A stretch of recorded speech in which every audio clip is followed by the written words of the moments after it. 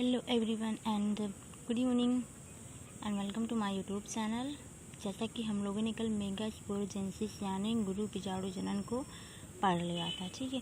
तो आज हम लोग इसमें एक टॉपिक बच गई थी जिसका नाम है मादा युग्मोद्भिद अथवा भ्रूणकोश का विकास यानी development of female gametophyte of embryo sac, यानी कैसे डेवलपमेंट होता है फीमेल गैमेटोफाइट में, उसी का हम लोग को स्टडी करना है, ठीक है। तो नाउ स्टार्ट करते हैं। देखिए ये हमारा जो ये है, इसमें जो होता है क्या नाम से, ये पहले सूत्रीय विभाजन होता है जिसमें 1 सेल से 2 सेल से 4 सेल्स बनते हैं, ठीक है। फिर दोबारा एक सूत्रीय विभाजन होता है जिसके द्वारा जो 4 सेल से 8 सेल बनते हैं, ठीक है। उसके बाद एक फंक्शनल न्यूक्लियाई बनती है, एक न्यूक्लियस का जो ये फॉर्मेशन हो रहा है यहाँ पे जो दो पोलर न्यूक्लियाई, ठीक, ये एंटीपोलर सेल्स है, ठीक। ये हमारा एक है यहाँ पे, ये सिनर्जिड है, ये माइक्रोपाइलर एंड है, ठीक। कहने का मतलब ये है कि पहले फिगर समझिए फिर उसके बाद वो समझिए, ठीक है। पहले क्या होता है, इसमें दो ज़्यादा फंक्शनल नहीं होते, 3 जो फंक्शनल होती है, उसके बाद और सारे जो डिस्ट्रॉय हो जाते हैं, ठीक है। ये देखिए एंटीपोड्स हैं, ये पोलर न्यूक्लियाई हमारी यहाँ आगे, फिर सेंट्रल सेल है, ये एक है, एक सिनर्जिड है, ये फिलीफॉर्म एपैरेटस, ये माइक्रोपाइलेंट हो गया, ठीक। मैं आप लोग को एक एक बार समझाती हूँ कैसे क्या होता है। देखिए इधर पहले क्या होता है, क्रियाशील गुरु बीजाणु जो होता है आगुणित संरचना है, ठीक, यानी क्रियाशील गुरु बीजाणु आगुणित संरचना है। हेप्लॉइड नंबर ही तो है, देखिए आप लोग मैं दिखलाती हूँ, हेप्लॉइड नंबर ही तो है। देखिए ये हेप्लॉइड नंबर है, ठीक। डिप्लॉइड नहीं 2 एन, हेप्लॉइड में एन खाली होता है, ठीक है। हेप्लॉइड नंबर जो डिवाइड होते हैं, ठीक है, डिवाइड को जो बनाते हैं सब वो हेप्लॉइड नंबर होते हैं, ठीक है। तो now so tell you want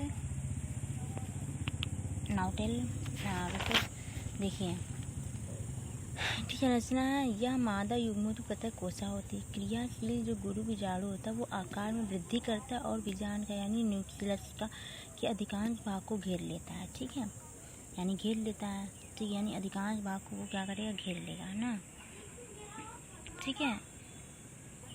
हाँ न्यूक्लियस बना लेता है, ठीक, घेर लेता है। अब क्रियाशील गुरु बीजाणु का जो केंद्रक है वो सूत्रीय विभाजन द्वारा विभाजित होकर 2 संतति केंद्रक बनाता है। देखिए मैंने आप लोग को देखिए यही तो मैंने बताया था ना कि सूत्रीय विभाजन हो रहा है, 1 से 2 बन रहा है, 2 से 4 बन रहा है, ठीक है। इसी प्रकार आगे देखते हैं क्या होता है, ठीक है। थोड़ा केंद्रक बनाता है, ठीक है। दोनों केंद्रक जो दोनों ध्रुवों की ओर बढ़ते हैं, ठीक है। देखिए ये 2 पोलर न्यूक्लियाई जो ध्रुवों की तरफ आ रहे हैं, ठीक है, ये आ जाएंगे। उसके बाद देखिए आगे क्या होता है, हम लोग देखते हैं ना आगे डिटेल हो जाता है। उसके बाद जो है ये दोनों जो संतति केंद्रक होते हैं वो पुनः एक सूत्रीय विभाजन होता है, जो 4 संतति केंद्रक बना लेते हैं, ठीक है।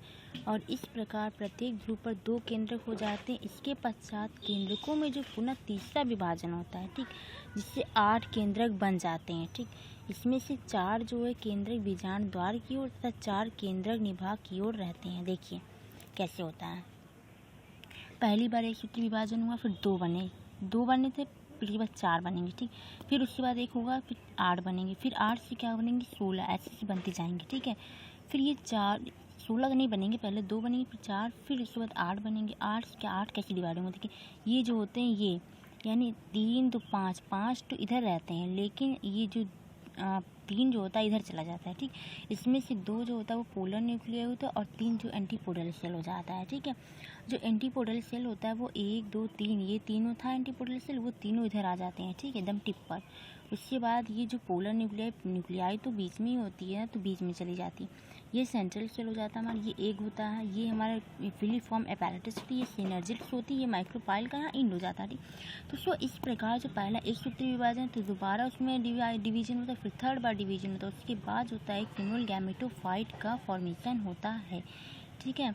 सो आई होप आप लोग को समझ में आ गया होगा। अगर समझ में आ गया होगा तो आप लोग कमेंट ज़रूर किया कीजिए, जिससे मुझे पता चलेगा कि हाँ सही है कि गलत, ठीक है। So thank you very much and welcome to my YouTube channel, thank you.